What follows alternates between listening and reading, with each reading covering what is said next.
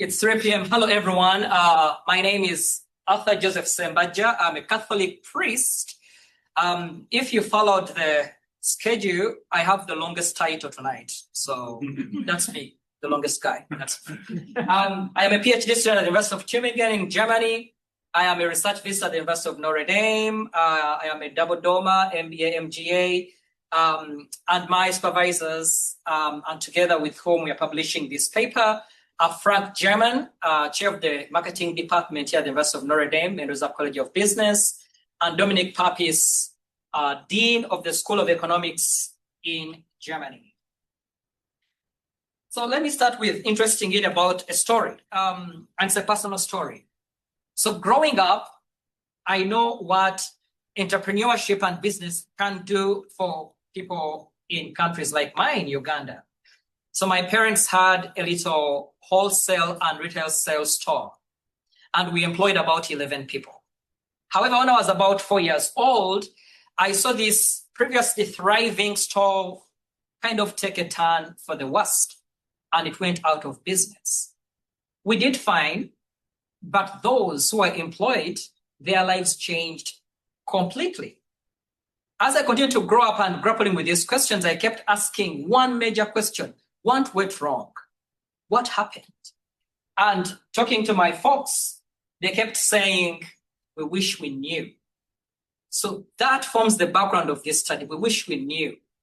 We wish we had someone to talk to. We wish we had direction. When I came to Notre Dame for my MBA, I started venturing into different academic literature, particularly one of our second most published business professor in the world, Dean Shepherd, collaborated with a few other colleagues, and highlights the importance of entrepreneurship in lifting people out of poverty. Okay, but a colleague here at Notre Dame, Mike Morris, goes right ahead and highlights the very many challenges of entrepreneurship. And among these is the lack of mentorship. But yet, our very own Frank German, together with colleagues, they highlight that what seems to be lacking in many areas for entrepreneurship is actually a big pillar for the success of entrepreneurship, and that is mentorship. But they argue further that this mentorship, unfortunately, cannot be scaled, especially in places where there is less access and even probably less mentors. So with this at the background, we got to ask ourselves, could we at any one moment use AI to play a kind of surrogate mentor? Could AI bridge the gap between the lack of access or scalability of mentorship to entrepreneurs in some of these markets that are hard to reach? And the answer to that question came to us in 2024. Working with two colleagues here, very close to this room, Brandon and Roberto, we built what we call the UGPT, Uganda GPT, which is a Uganda entrepreneurship mentor. How did we build it? We wrote its own prompt. So we are housing it using OpenAI software, housing it here at Notre Dame, so it's not open access. And we have schooled, trained, and taught the tool on particular marketing and branding information, taught it the Ugandan culture, taught it a bit of Ugandan language, and given it some case studies from the local market. And like I'll argue later, it's completely different from ChatGPT. It's important to note that we have particularly used GPT-5 or Mini. That's the best we are using to run our UGPT. In January 2025, together with two Notre Dame undergrad students, we piloted this UGPT in Uganda with 25 entrepreneurs. They gave us wonderful feedback, which we continue to incorporate in our tool. And through this whole process, we have continued the technical use of another colleague here, Rob. In October last year, we went out to try to launch this in Uganda. We recruited 434 interested entrepreneurs in the Greater Kampala region. So Kampala is a population of about 5 million people, and about a quarter of those are entrepreneurs. We are defining entrepreneurs in this case as small, medium-sized enterprise owners with about 5,000 of startup capital and about 2,000, well, 1,000, 2,000 of annual profit over revenue. Later in that year, we went ahead to randomize these, to screen them and randomize them into two groups. Those we call in treatment and those in control. Those in treatment, we have given them access to the EGPT.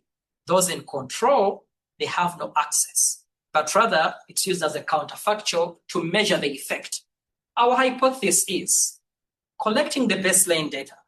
We expect that those who have access to the UGPT will continue to perform much better than their colleagues who do not.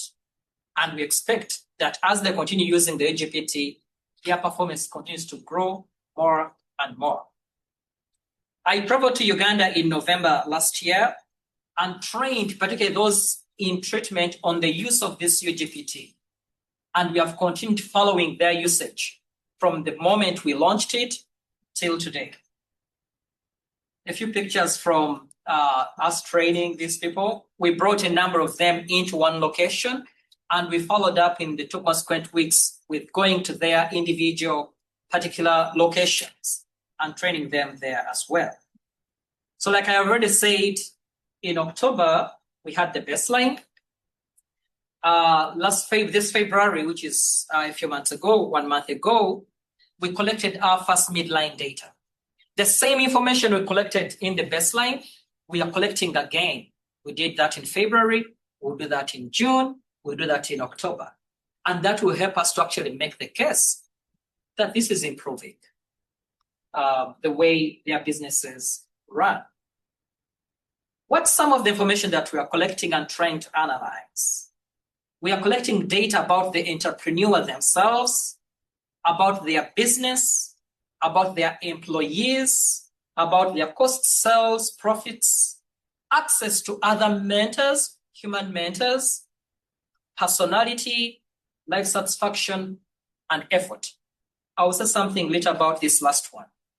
We want to see that by accessing this tool, does that reduce their entrepreneurial effort or not? And hopefully in October, we'll be able to tell you a good answer. I've already told you that we track the UGPT usage, and they have agreed to this, what they search, how often they search, and what they do with that information. We hope that by the time we collect all this data and write up this paper, we'll definitely expand access to this tool to those even in control and beyond.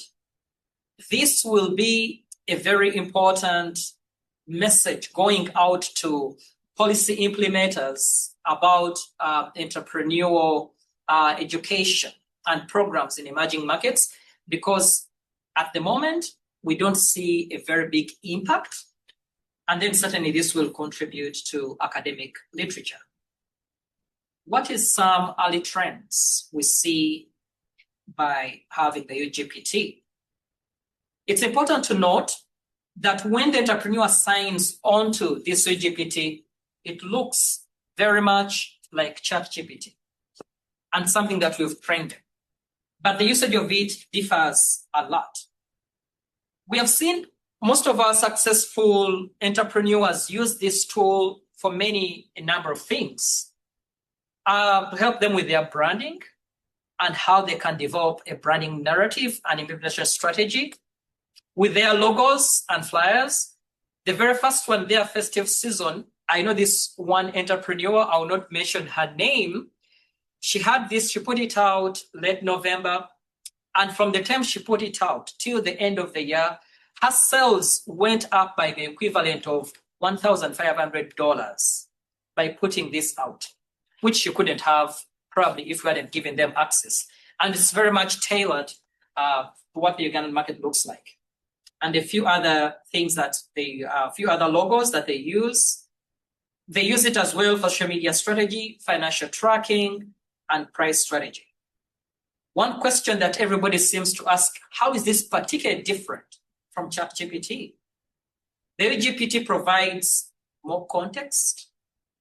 It prompts for follow-up questions to tailor, and remember, it's trained on the Ugandan ecosystem, so that information is tailored to the Ugandan ecosystem, and it provides some educational components to those who use it.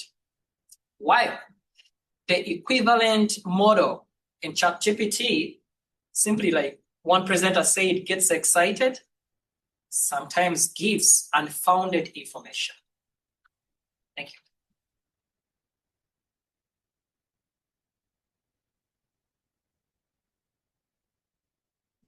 Minute for questions. Anyone else?